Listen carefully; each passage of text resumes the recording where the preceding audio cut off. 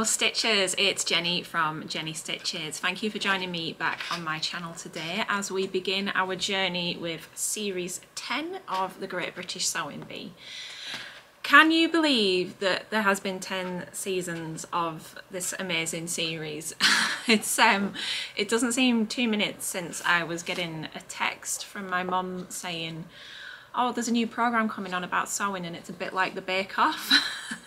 And wow, what a world we have entered into now. And I think it's nice to sort of reflect on that for a moment. Sort of working within the sewing industry, it's really helped to transform how sewing is perceived and open the world of sewing and dressmaking up to such a lovely new audience of people, and the connections that we've built off the back of the Sewing Bee are incredible. I've had the pleasure of meeting and communicating with quite a lot of the contestants that have been on the Bee over the years, and they're just all fabulous. So yes, happy birthday GBSB. Okay, so as in previous years, these videos are going to be very chatty, very casual. I do not intend to sit here and give you an exact list of patterns if you wanted to recreate everything that was made on the episode, because to be quite honest, you guys are probably better at sleuthing out patterns than I am these days, and there's plenty of other resources available to do so. But this is basically just a cup of tea and a chat about the episode, a bit of a debrief of my thoughts, and then maybe a little bit of inspiration thrown in too. So last night we started with the pattern challenge, which was an A-line denim skirt, and I've seen quite a bit. I mean, it's only 20 past 10 on Wednesday morning. I've seen quite a bit of unhappy rumblings on Facebook this morning, and I think that's true of every Sewing Bee episode. I feel like Facebook groups are full of angry people. I personally am not a fan of Facebook groups and all that kind of thing. Like, it's not for me. But I can understand why people want to sort of vent their frustrations and discuss. But yeah, there's been a lot of, to my mind, what I've seen is a lot of passing criticism of the timescales for the project. I think they're given 3 hours to do the pattern challenge, which, you know, is not very long for the amount of technical sewing that's involved. But I think what we have to appreciate is, in my opinion, that this is an entertainment show. I guess that the producers of the show know what they are doing in terms of the formula for how they put the show together. So I think if we sat and watched 12 people take 10 hours to make perfectly executed garments with tutorials on exact techniques, it might not make the best TV. And I think we've got to bear in mind that we're looking at a 9 PM BBC One slot. It's got to have a broader appeal than just the likes of us who want to see more technical sewing. And I do agree, I've seen quite a bit on the Facebook groups where people have said it would be nice to have like a spin-off, a bit like Bake Off Extra Slice. And yeah, I think that could work. A bit like the Strictly It Takes Two type style of things, where you get a bit more of a technical look into how things work. So yeah, I personally, I would agree with that. However, I don't think, I can understand why it works the way it does. However, it does make me cringe at how much these poor people have to rush the garments under the circumstance that they're in, because I think it was quite evident from last night. Obviously there must have been first week nerves involved, but it was evident that these guys could really sew, and some of them were just really struggling with the time constraints. And it's a shame when such a technical pattern is used. I mean, that was a lot of top stitching.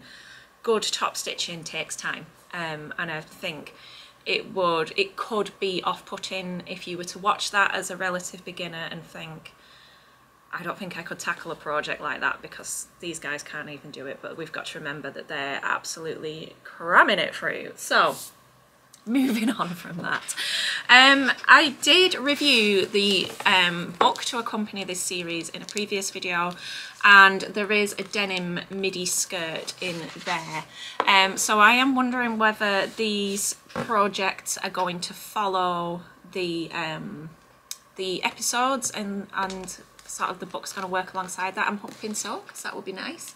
I'm not sure if this one is identical. Has this one got the panels in it? Yeah, there's a few panels in this one. So there was a lot going on in that challenge for me, having the panels, the creating the waistband, the doing the top stitching. I noticed that they weren't required to really give like a seam finish. The seams were not overlocked or flat felled or anything like that, so they were left raw on the inside. And then creating that many buttonholes and applying the buttons, I would need a full session of sewing just to do the buttons and the buttonholes. I would really need quiet concentration, not under pressure. And this is why when people have said to me in the past, oh, you should go on the sewing bee, I'm like, absolutely no way would I put myself in that situation, because I would go to pieces under that level of time pressure. So yeah, there's a great pattern for that in the book. I had a little look through my patterns, and I think this Simplicity one is a nice one. This is 9710, and that's a button-down panelled denim skirt option. I'm going to pop a better cover picture in for you as usual. So that's nice, and that's got some different shapes on it. View A is probably the closest to what they were using on the show last night. New look 6703, less of an A-line, more of a pencil skirt in this situation, but this to me is more of a classic jean skirt, but we have a fly rather than buttons down the front. But as I say, this is inspiration. And if you wanted a really good sort of entry-level A-line skirt, I would say new look 6106 is also a good place to start. I don't have a copy to hand, but I would recommend Tilly and the Buttons Bobby skirt off the Bobby Pinafore. That's got buttons down the front. It's a bit shorter, but it gives you a similar vibe. I did notice that they were top stitching with the Gutterman denim thread, and I can thoroughly recommend this for your denim top stitch. They seem to have like a larger range of colours than I stock at the moment, but I'll just show you that there. There is 100 metres on one of these spools, so it's a little bit thicker than a regular thread, but it goes beautifully into denim. So I've used it recently on my Tilly and the Buttons Fia trousers as a denim top stitch, and I've used it in the past on pinafores and that kind of thing. So, oh, actually on a pair of denim shorts that I made. So yeah, pleased that they were using this. If you do use it, I did notice where one of the contestants, I think it was Susie, was unpicking, underneath looks a mess. And I have found when I've used this thread that if I put it in the bobbin as well as on the spool, the underside, it does not stitch very nicely. Now, there may be a way of adjusting my tension settings and things to accommodate that, but if I'm switching between regular thread and top stitching, it's unlikely that I'm going to start fiddling with my machine tension, because in all honesty, I don't like to ever change the tension on my machine. It's like, if it works, I'm not touching it. So I have found it better to use this just on the top thread and to use your ordinary coordinating thread in the bobbin. So that's my little tip regarding top stitching thread. And also to lengthen your stitch out, maybe to more of a sort of 3.5mm kind of a length. It's good. I also noticed, I don't know if you saw, that they were applying the jeans buttons with the Prim Vario Creative tool. I don't actually have any of these in stock at the moment, but I will be getting some back in soon. They are now available in new colours. They really do make it a breeze to put in buttons like that, but you can use the traditional Prim pliers as well, or whatever sort of tool you're used to. And the buttons that they were using were the no-sew denim buttons. These come with the attachments so that you can hammer them in, but let me tell you, it's a lot easier with either the pliers or the Vario tool.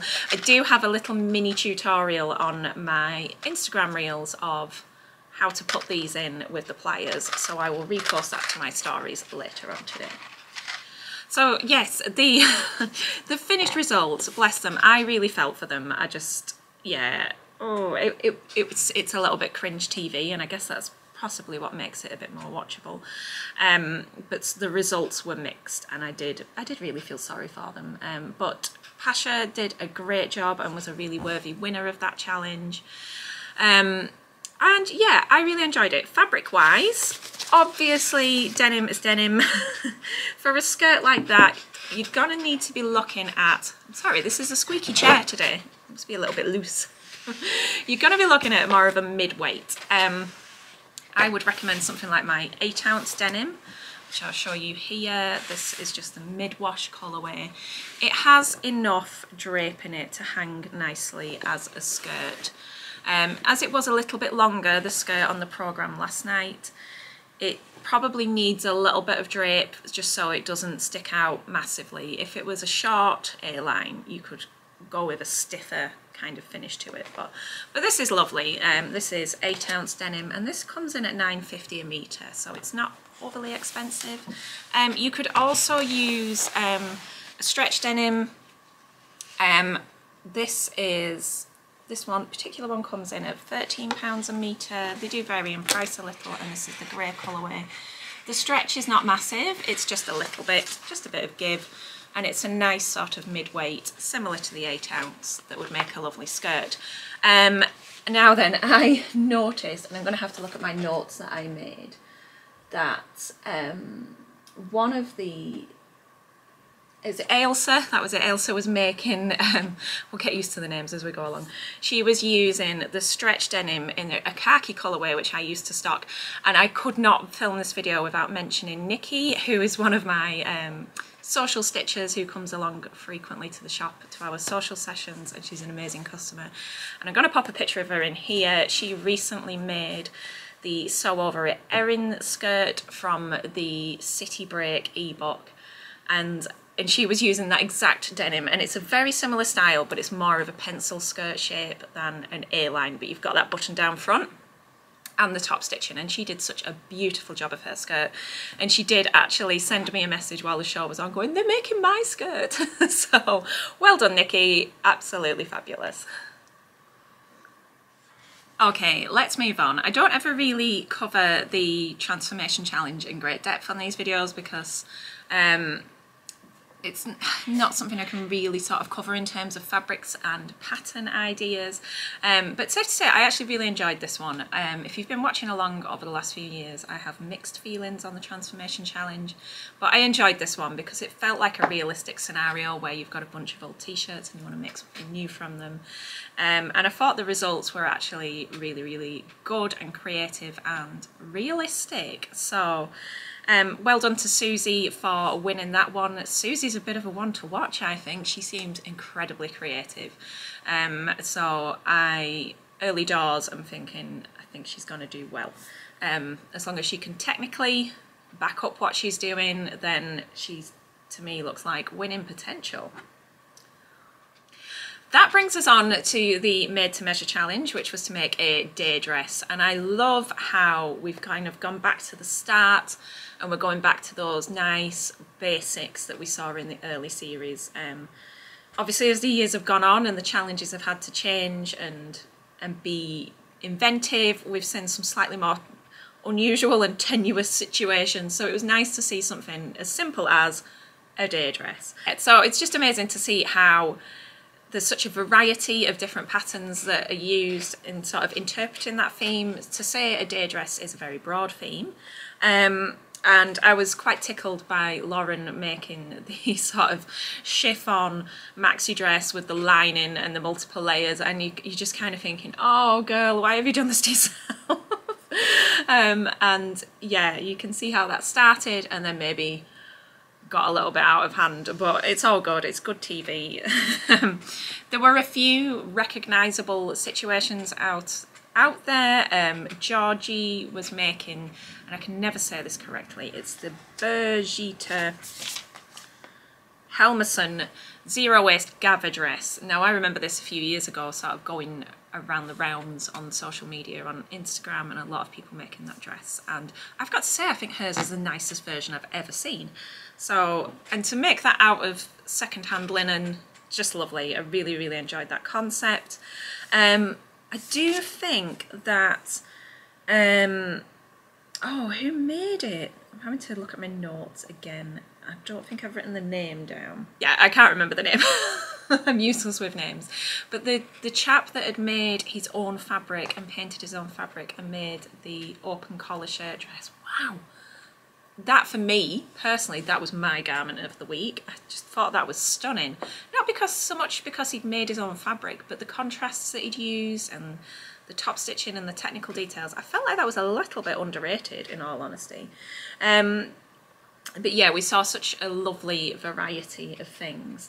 I've pulled out a few patterns just quickly this morning that I feel are kind of inspired by what we saw last night. I think the Tilly and the Buttons Sky is well worth a mention. Thinking on about Susie's Garment of the Week winning dress with the tie straps and the tiers. Sky is an excellent candidate for that. It would be very easy to add a frill to the bottom of that one, and with the little tie straps, that really put me in mind of that particular pattern.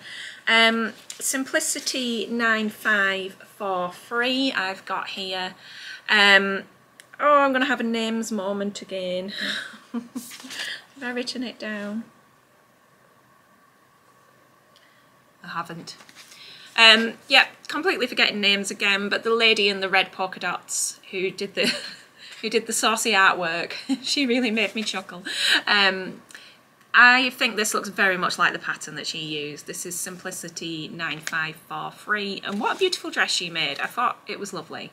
And again, making a dress like that in 5 hours, that is impressive. Neil, who sadly left at the end of the first episode, he had that 1970s vintage pattern. I kind of caught the eye of Simplicity 9744, which has that very vintage-esque sharp collar and a shirt dress front. That put me in mind of that pattern, so that's a nice little make. It was a shame that he picked such a tricky fabric to work with, because it really sort of it finished him off in a way, and I think it must be such a trade-off between wanting to really go for something bold and out there and creative, because I think you kind of can't win. If you go with something safe, you're going to be criticised for not being creative enough, and if you go too creative, they're going to say you should do it basic and do it really well. So it's sort of a bit of a no-win scenario. And finally, I've pulled out the Emporia Patterns Corby dress, because this puts me a little in mind of Comfort's cocoon dress that she made. But this one is belted in the middle. But didn't she do a lovely job of that pattern placement? I thought that was gorgeous. I was really impressed with Don's dress as well, and how lovely to see a gent of that age and that sort of generation up there sewing and making such beautiful clothing. Just fabulous. Like, want to see more of that kind of thing. And he was making the princess seamed into a Gaudet dress. Now, I have just had a quick scour of my pattern box and I can't find anything like that. I can see maybe a skirt with Gaudets, but not a dress. And it just got me thinking a little, really, that have Gaudets gone out of fashion? Because I can remember when I was younger, my mum having making lots of dresses with Gaudets in, and maybe I would think you could get something like that in Vogue. It feels like a Vogue kind of thing, but yeah. But Gaudets are fab. They're a great way to add volume and interest if you contrast them, and particularly good for sort of dresses that you're going to dance in, because you get that movement in the skirt. And I think he just did a very, very beautiful job, and it fitted the model really, really well. And I think it was a touch harsh to criticise him. Well, I mean, I know he didn't hem it, but the rest of it was so good. It seemed a shame to mark it down so much over the hem. Who am I to judge? Okay, fabrics wise, there was a fair bit of gingham getting involved last night, so I don't think I could film this without making mention of the beautiful yarn dyed 17mm ginghams that I've got in at the moment. I am reordering these this week to come back in soon, and they will be featuring in the next purple package, so that's all I'm going to say about that that is my kits, and they will be coming soon. Also, I think if you're looking at day dress fabrics, apart from cotton, viscose is perfect. It's what you will find the majority of day dresses in ready to wear are made of, either viscose or tencel. Usually they're made of tencel if they want to sort of greenwash you into thinking that you're making a very sustainable choice, because fast fashion likes to do that. Or when they say sustainably sourced viscose, does anyone know what that means? I don't. So viscose is that lovely combination of soft and breathable with excellent drape, and won't crease as much as, say, a cotton will, but is a little bit finer and a bit more slippy to work with. This one is the Vintage Meadow viscose. I think I've shown you this on the lives before, but that would be perfect for a day dress. If I was to take that challenge on, I would be sewing with something like this. And I think as well, I just thought I would show you this one because it put me in mind of some of the colours used last night, and a little bit in mind of Susie's winning garment that was made from the duvet cover. But this is the Stylish Faces viscose, and yeah, definitely got that modern, edgy look. So let me know in the comments what you thought of last night's episode. I'm looking forward to next week already. I see that they're making a half zipper sweater, which is one of my favourite things. And again, that pattern is in the book. So I'm hoping that we might see a coordinating pattern each week. But yeah, glad that the bee is back. If anybody would like to estimate when they think the final is going to be, please let me know. I was hoping to do a sort of a final evening here, where we could watch it together and have drinks and snacks and make it a bit of a social event, but 10 weeks from last night takes me to the 23rd of July, which is the Tuesday before I go on my summer holidays. So if, say, Wimbledon or the football or the Olympics or something delays it by a week, I'm not going to be able to do that. So if anyone has any inside information on when the final is going to be, please do let me know. Right, I'm going to stop prattling on now, but so happy that the bee is back. I hope you enjoyed it, and I hope you enjoyed this video. Please do let me know what you think. If you've got any more pattern suggestions for the patterns that we saw last night, pop them in the comments and let's share. But have a lovely week, and I will see you next week. Take care, happy sewing, bye bye.